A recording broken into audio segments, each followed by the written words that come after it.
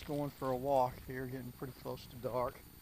This is on the little GoPro camera that Mark from the Livewire channel let me use. A pretty handy little deal here. I don't have the fancy, well, I do have a harness that he gave me, but I'm afraid I might get stuck in it, so I'm just carrying it. So anyway, I'm going to share one more little story here as I'm walking and panning around that one of my YouTube subscribers sent me. And this is not in Oklahoma, not even in the United States. And I'm going by memory here, I don't have the report in front of me, but this is about what they call rock apes in Vietnam. And this individual, he comments on the videos quite regularly, so you can ask him about it if you want to in the comments. But anyway, his father, if I'm remembering right, and his older brother both served in Vietnam back then, and both of them, one of them had an encounter with what they called a rock ape. It actually jumped on him and he threw it off of him, and said it was hairy, not like a person. And the reason they call them, I did a little bit of research on what is a rock ape, and they call them rock apes because they're these little, well, not little, but these humanoid Bigfoot-like creatures over there. From what I could dig up, not as reported as big as what we have reported here. But anyway, the term rock ape comes because they like to throw rocks at people.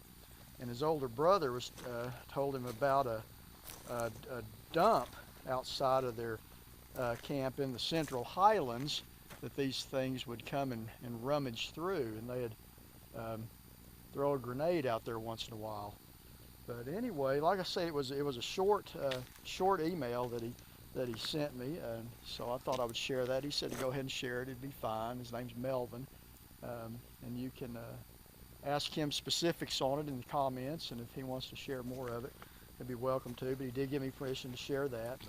So he had I have very little knowledge about rock apes, but I have heard them mentioned in passing.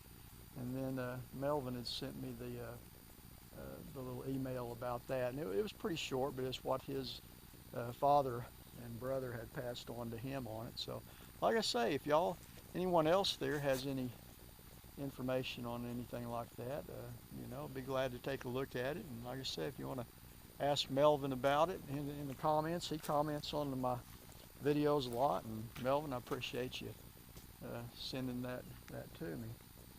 So right now, just walking around outside camp. This is what I do. I've said I'm by myself enough, so y'all know that by now. But as it gets darker, the night birds and all of that's going to start chirping in here pretty quick. If all the birds are going nuts and the crickets are going crazy, I don't think there's anything around. Anytime we've had any Bigfoot type activity, the woods goes completely quiet. Completely. So that's interesting looking. I'm sure that's not what it looks like. Or is it? Huh, that is interesting. Not very good. It's been rained on and stuff. Everything else is bone dry out here. That is interesting.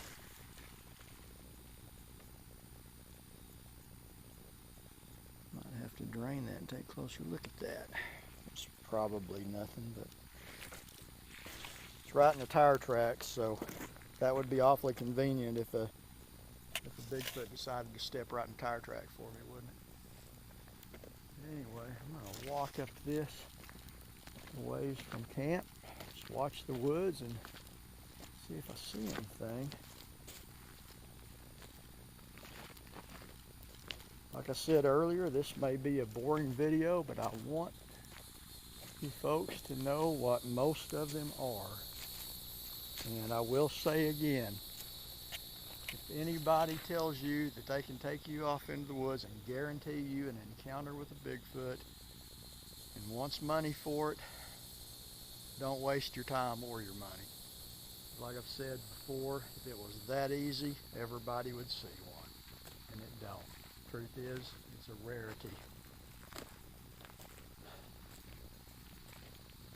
And I'm hoping to get lucky and have a clear sighting of one of these creatures. I found footprints, I've heard vocalizations, I've heard what I believe to be a Bigfoot going around my camp more than on one occasion, with evidence of finding footprints the next morning.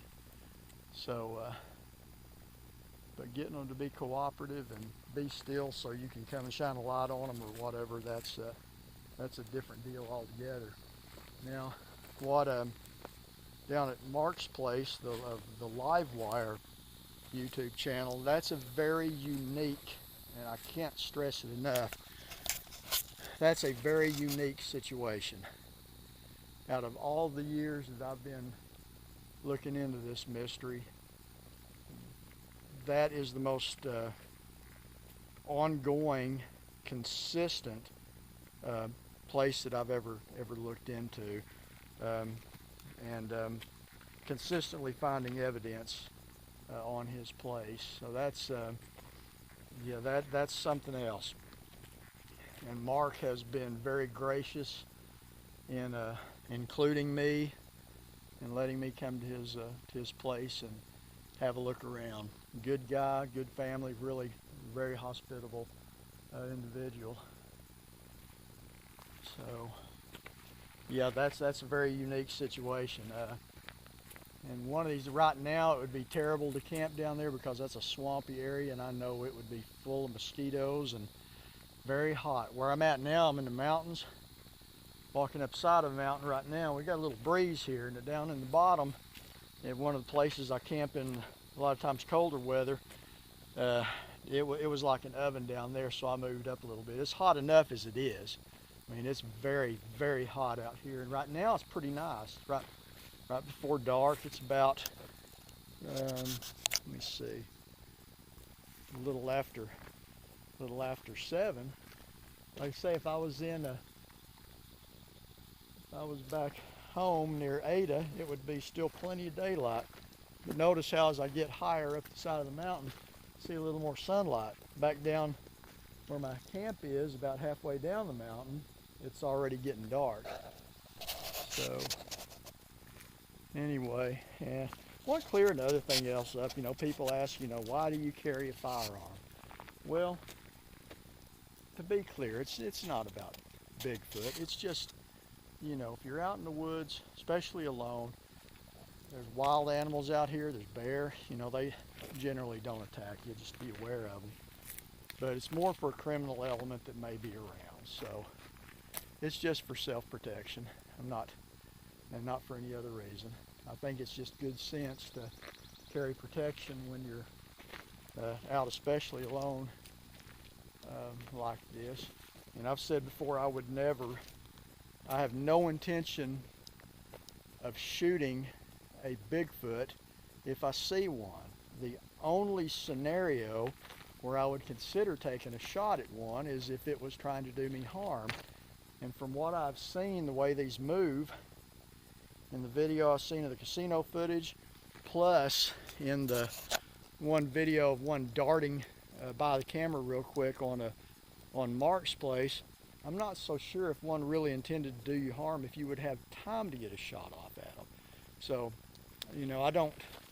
I don't feel in danger when I'm out in the woods of these things. Now, is the potential there? Absolutely. I mean, anything of that size could potentially do you, put it mildly, great bodily harm.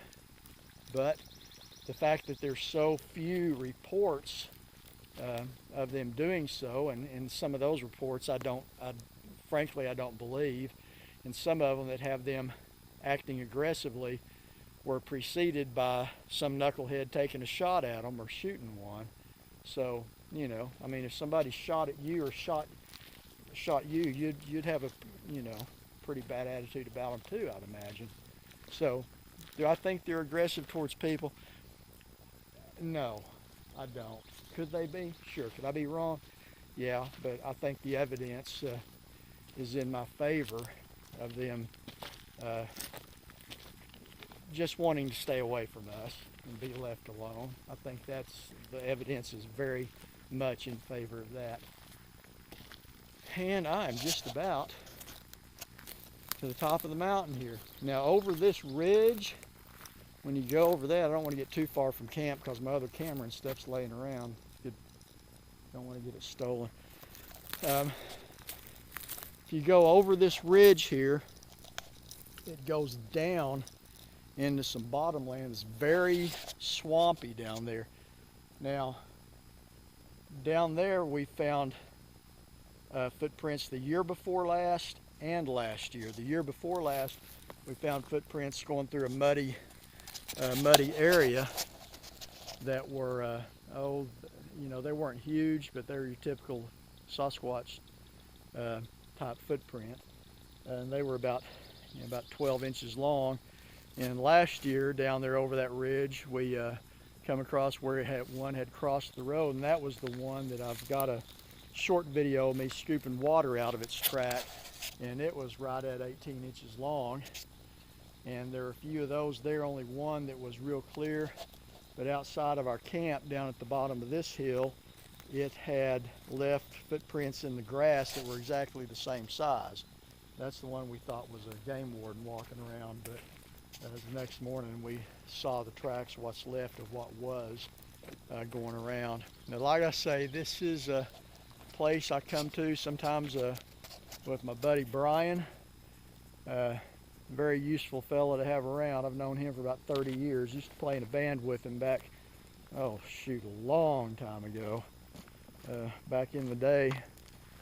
And we still go out on these campouts and look for evidence of Sasquatch. And I think I'm gonna call it right now and turn this camera off, and as it gets darker I will come back and record some more. So hope y'all are enjoying this kind of sharing this camp trip with me, this Bigfoot investigation. It's what it is, you know. And maybe later tonight we'll get some vocalizations or something like that. So anyway, I'm including all of you in this. This is what I do. I do it several times a year. I come to this place several times a year and do just this. So stay tuned.